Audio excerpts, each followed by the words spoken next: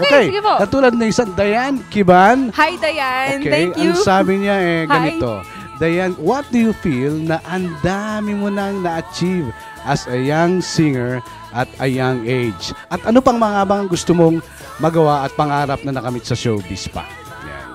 Ang daming tanong. Daming tanong. Ang haba.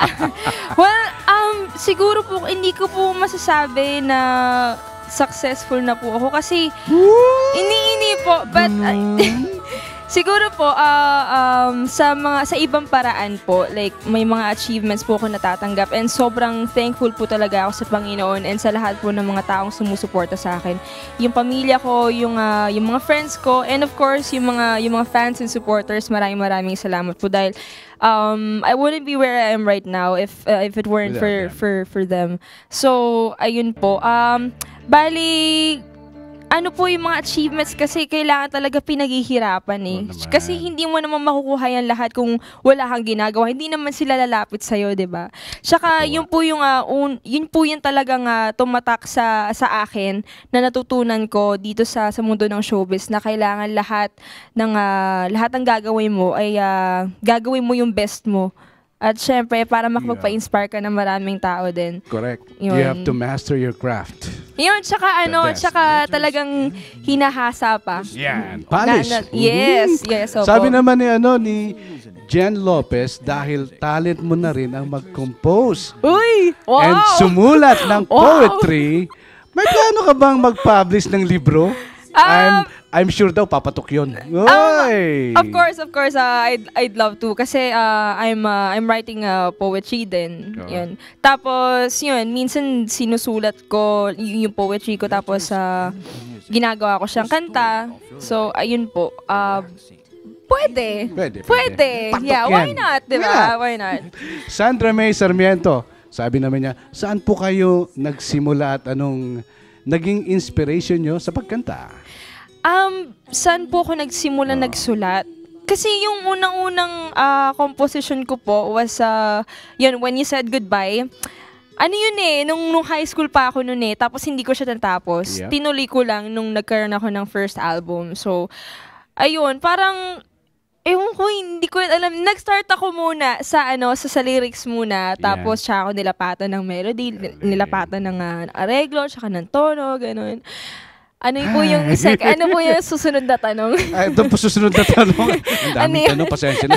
Sinasamantala na ng mga ka-letters and music natin dahil sa pagpasyal mo sa letters and music. Ganito, sabi naman ng isa pa, Julin Non, ang pangalan Julin Non. Hello po, Miss Julie. Hi, Julie Non. Sa marami pong mga kanta, ano po ang pinaka-paborito at nakarelate po na kanta po sa inyo? Yung nakarelate talaga ako na kanta, of course, yung sinulat ko para sa sarili ko. Tsaka, kapag kasi nakapagsulat ka talaga ng kanta, parang ang sarap sa feeling pagkatapos. Parang fulfillment siya. Kasi, parang pag pinakinggan mo siya, why talaga na nagawa ko to? Parang, isa na namang a feather on your cap. Okay. Yes, of course. Parang, basta, iba yung feeling, masaya, mas masarap sa feeling. Galing naman kay Lizelle Sonico, if you would be given a chance to be one of the Disney princesses. Nako! Ibang level to Who would you want to be and why? Oh my God! Disney princess? Disney princesses. Okay, sino doon? Teka. Wait lang. Let it flow. Hindi. Siguro si Cinderella. Ewan ko, hindi ko alam. Cinderella? Hindi ko alam. Bilang uso siya ngayon kasi diba, nag-showing nga Cinderella. And by the way, it's a good movie. So, yun. Cinderella daw, okay? Cinderella. Ewan ko, hindi ko din alam kung ano explanation pero siya yung napili ko. Siguro, kasi si Cinderella, diba, parang siya, lahat mga masyado siyang masipag, tsaka dedicated kahit na inaano siya ng mga stepsisters niya, tsaka ng mga stepmother niya. Tas yun, pinaghihirapan niya namang nagawa niya hanggang sa dumating yung Prince Charming niya. Tas siya yung nag-save. Tapos yun, parang, happily ever after. Ano daw? Thank you. Okay, Facebook account, please. Baka... Yes, hindi ko kabisado yung Facebook account ko.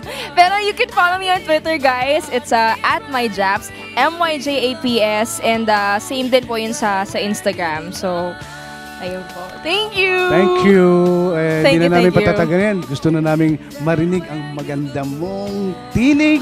At syempre, dito lang sa Letters and Music. Ladies and gentlemen, Miss Julian San Jose. Of course.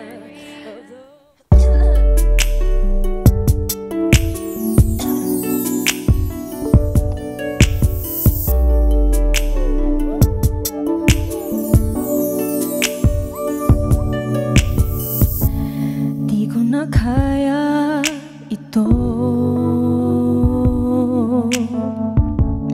makunwaring wala lang ang lahat.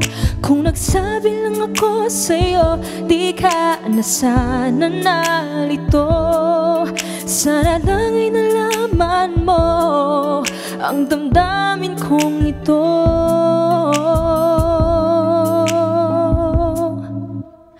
Aking hiling mapasakin, dating matamis na pagtingin. Nananalig, nananabik sa tamis ng iyong halik. Ngayon ay nag-iisa nang umulila, sinta. Ang suyuan, ang ibigan, ang nakaraan. Kung may babalik ko lang.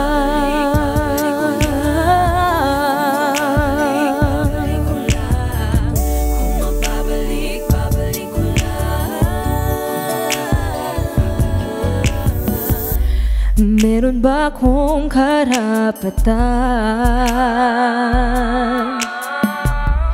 Di maintindihan ang selosan. Kung nagsabi lang ako sa'yo, di ka na sana nalito. Sana lang inalaman mo ang damdamin kong ito.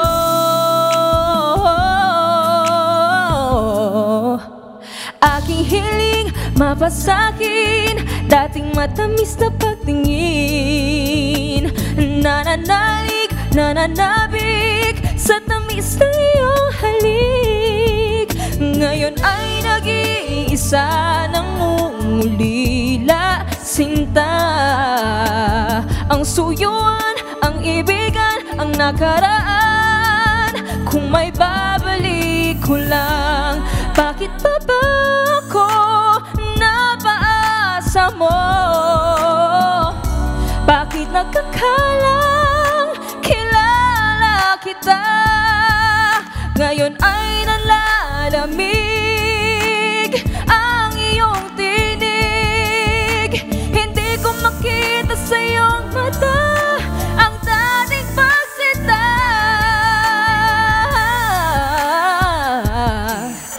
Hindi ko na kayang bitbitin ang alaala. Bakit kanya tadhana kahit di sinasadya? Tayo ay nag-iba, nawalay sa isa't isa. Ngayon na pag-iwanan na ang nakaraan. Kung nagsabi lang ako sa'yo, di ka na sana nalito. Sana lang ay nalaman mo ang damdamin kong ito.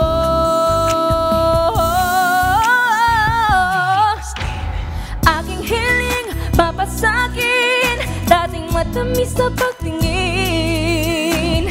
Nananalig, nananabik sa tamis na iyong halik. Ngayon ay nag-iisa nang umulila, sinta. Ang suyuan, ang ibigan, ang nakaraan.